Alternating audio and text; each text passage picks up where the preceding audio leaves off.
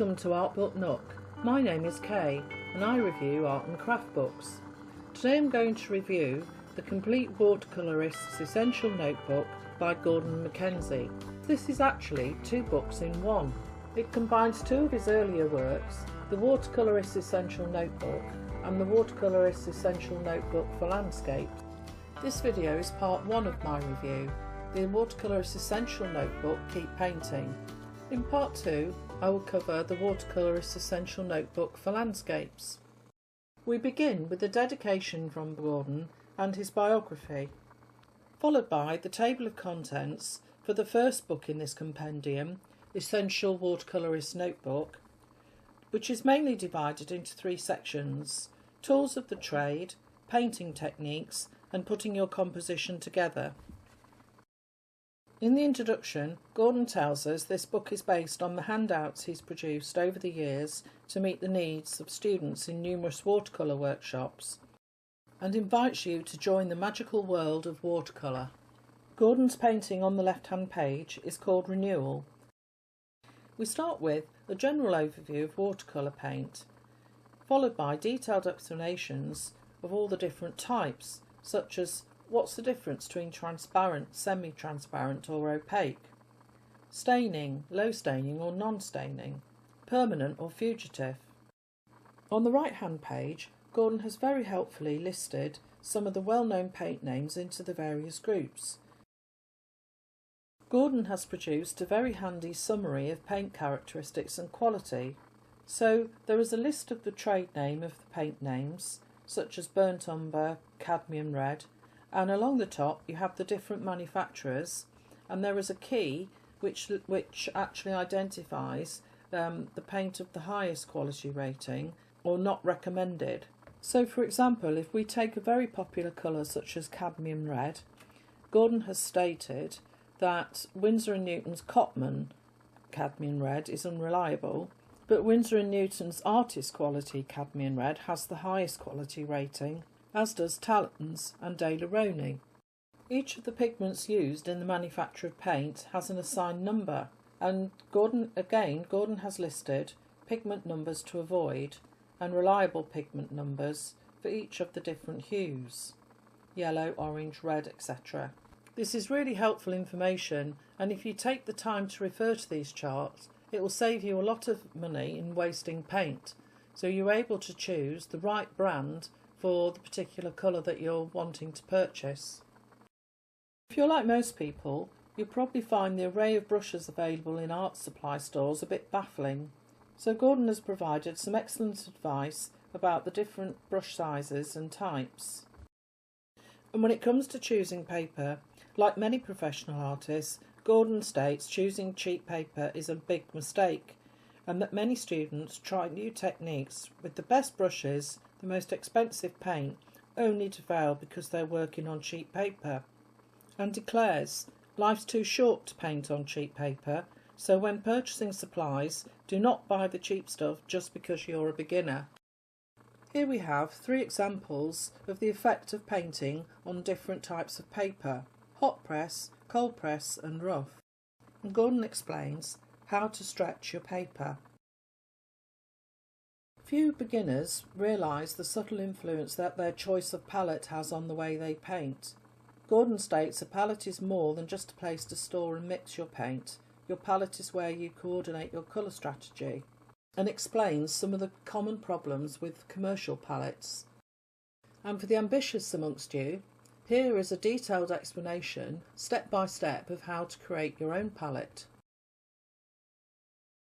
On these pages, Gordon discusses using palette knives and painting sponges, before moving on to masking materials, stating masking is in effect the lazy man's way around negative painting. He provides three examples of painting where he's used different masking techniques, and discusses the pros and cons of liquid latex and packing tape, and some do's and don'ts when using masking fluid. We've now arrived at section 2, painting techniques. Gordon begins by explaining how to paint with brushes, stating your arm is not a windscreen wiper, which I found very amusing, and shows you how to hold your brush correctly. In watercolour painting, the round brush is the most popular, and Gordon has provided a series of examples showing you the different marks you can achieve with this type of brush. Here we have examples of flat brush techniques, and Gordon encourages you to practice your mark making in order to become competent at handling your brushes.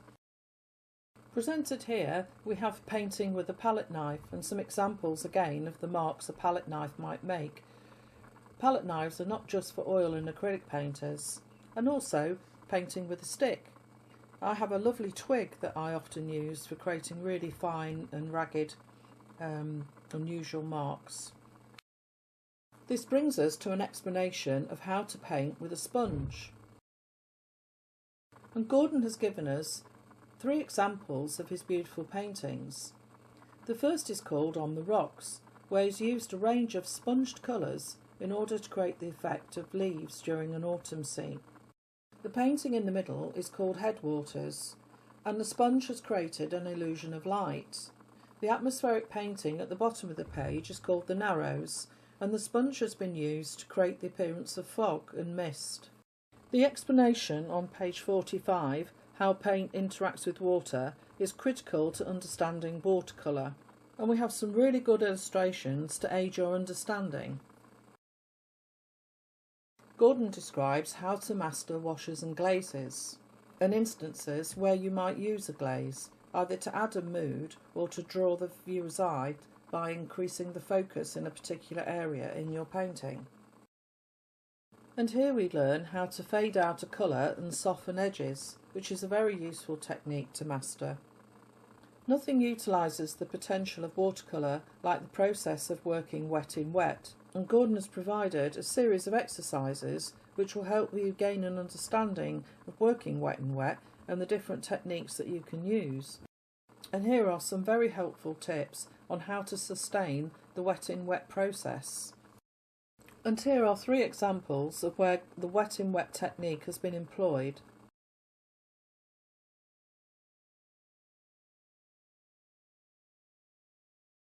On these pages we have a detailed explanation of how to use masking fluid effectively, sometimes known as liquid latex.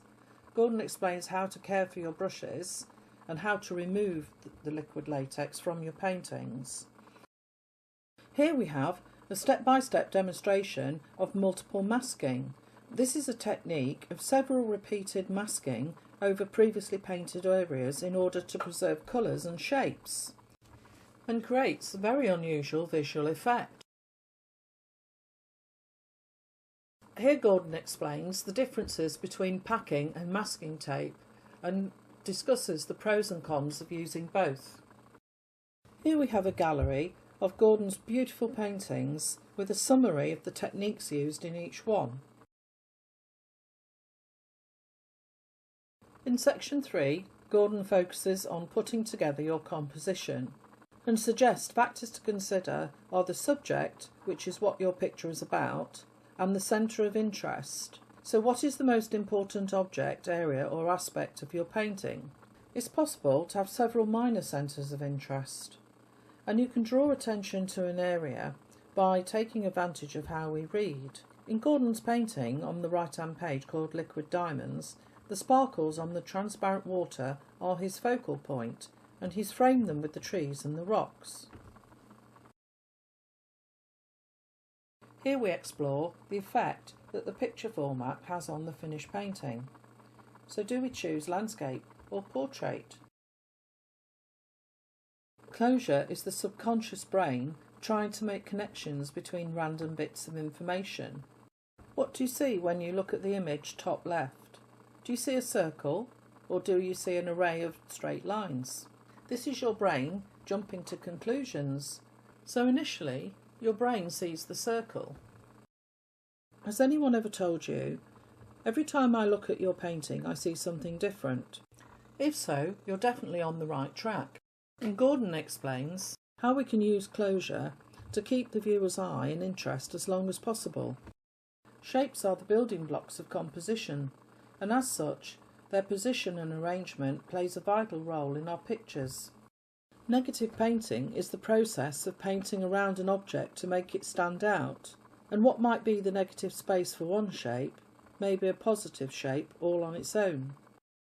Here Gordon has provided several tips on how to deal with the generalities of negative painting, accompanied by a step-by-step project, Flowers with Negative Painting, and 2 more negative painting projects for you to tackle, one looking at rocks and the other one hills. Gordon explains the importance of looking and checking your lines, edges and shapes. A line is a continuous mark that will lead your viewer's eye through your painting, and the edge of a shape is a boundary between 2 areas, and that's also considered a line. And Gordon reminds us that shapes can imply feelings. We read smooth rounded shapes as soft and safe, whereas sharp pointy shapes we see as hard and dangerous. Shapes often suggest a direction. For example, the book and the angle lamp, the eyes will automatically follow the implied direction of the light coming from the lamp. And the paintings of flowers, one direction is uniform with all the flowers going the same way, and the second picture of flowers, the flowers are facing in multiple directions, causing a variety of angles, and this will lead the viewer's eye all over the painting. Repetition and pattern strongly attract the eye, particularly if there are strong contrasts. Compare the 2 images at the bottom of the right-hand page. The first is an example of a scattered shape pattern, and the second is an example of shapes grouped together. The arrangement of shapes can lead the eye around a painting like stepping stones, and light-coloured shapes and shapes with hard edges attract the eye more than dark shapes or soft shapes. And movement also attracts our attention. When we talk about values, we're talking about lights and darks. Your eye is naturally drawn to the areas of strongest contrast, and we can use this to our advantage in our paintings to draw the eye to the focal point. If you think about it, nature uses the lack of value contrast to camouflage many of its creatures. And even though a creature may be a different colour than its surroundings, if its value is about the same, it will go unnoticed. Here Gordon explains how to capture the different qualities of light, such as sunlight, translucent light, reflected light, local and cast shadows, with an excellent illustrated explanation of how to determine the direction of cast shadows. We have an excellent step-by-step exercise to help you see and record values. Capturing values was something that I personally struggled with for many years. It's finally dinged into my brain now, but I wish I'd been able to refer to this step-by-step exercise that Gordon has written here. And to assist you further with value, we have a step-by-step exercise, painting light and shadow on foliage. Sometimes we overlook these little projects, but actually they have immense value in helping us understand fundamental concepts. Do you find it confusing when people discuss the temperature of a colour, such as referring to a red as a cool red or a warm red? Well, Gordon has given us an excellent explanation here and talks about how colour can affect mood. We all have our favourite colours, don't we? Gordon has provided some examples of different types of palette, such as an intense palette or a blackened palette, and also some illustrations of how to lay your palette out for ease of working. Here Gordon explains colour harmony and contrast and gives you some tips as to how you can increase colour harmony in your own work.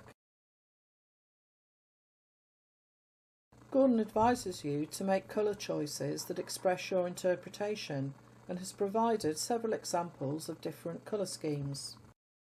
Here are 2 of Gordon's lovely paintings, one painted using brilliant secondary colours and the other painted using muted secondary colours. Over the next few pages, Gordon explains different ways to approach composition. Approach 1 is working from real to abstract. What is it that grabs your attention? How are the visual elements arranged? And tips for composing with a viewfinder. Supported by a detailed demonstration of how to work from real to abstract. Approach 2 is working the opposite way round, from abstract to real.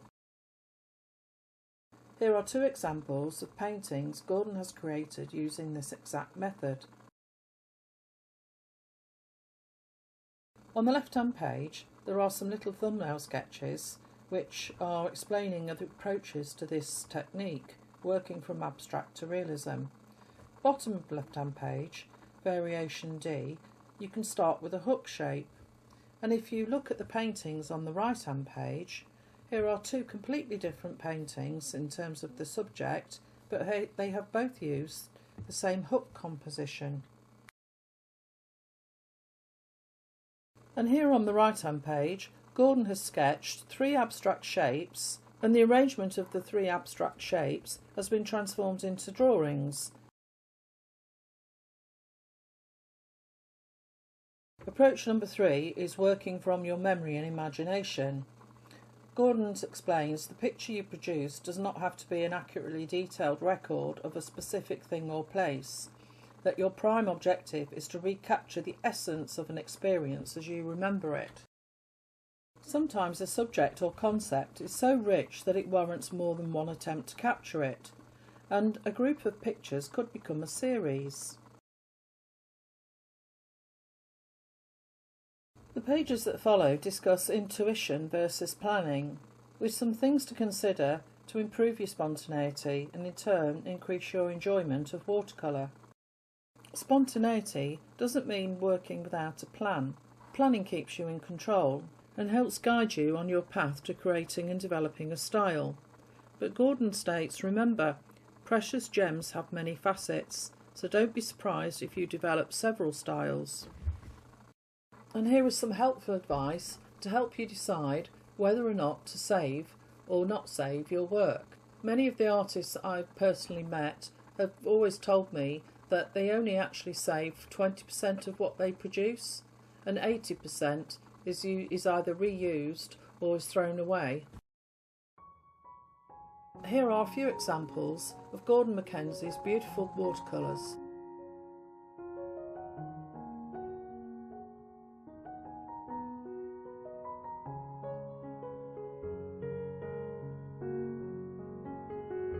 We're now at the end of the first part of this compendium. You may recall at the beginning of this video I explained that the Complete Watercolorist Essential Notebook is a compendium of 2 separate books by Gordon MacKenzie, the Watercolorist Essential Notebook and the Watercolorist Essential Notebook for Landscapes. Sadly, Gordon MacKenzie passed away in 2024. But how fortunate we are that he has left us this incredible legacy. There is limited information available online about Gordon MacKenzie and his lovely work, but I've managed to find several resources and I've put links to those in the description below. So what do I think to the Complete Watercolorist Essential Notebook? Gordon described it as a treasury of watercolour secrets discovered through decades of painting and experimentation. I would agree with that. The book is very comprehensive, full of technical detail, but written in a style that's easy to understand for beginners and more experienced watercolourists alike. I've certainly learnt a few new things from reading Gordon MacKenzie's book, so I definitely think it's a worthwhile addition to your library, whether you buy the books independently or whether you choose to opt for the compendium, which is excellent value for money. In any event, I've put links to all 3 books in the description below for you. And my next video, which will be part 2, I will review the Watercolorist Essential Notebook for Landscapes. So I hope you'll join me for that too. I hope you found my review helpful. If you did, please give this video a like. It helps YouTube promote my channel to other people who are interested in art books. I try and post a new art book review every single week, so if you'd like to see more reviews from me, please subscribe to my channel. I'd really appreciate it. And if you found this review helpful, please leave me a comment below. I do reply to all comments. And if there's an art book that you'd like to see, let me know and I will do my best to review it for you. So thank you for watching, and until next time, happy painting.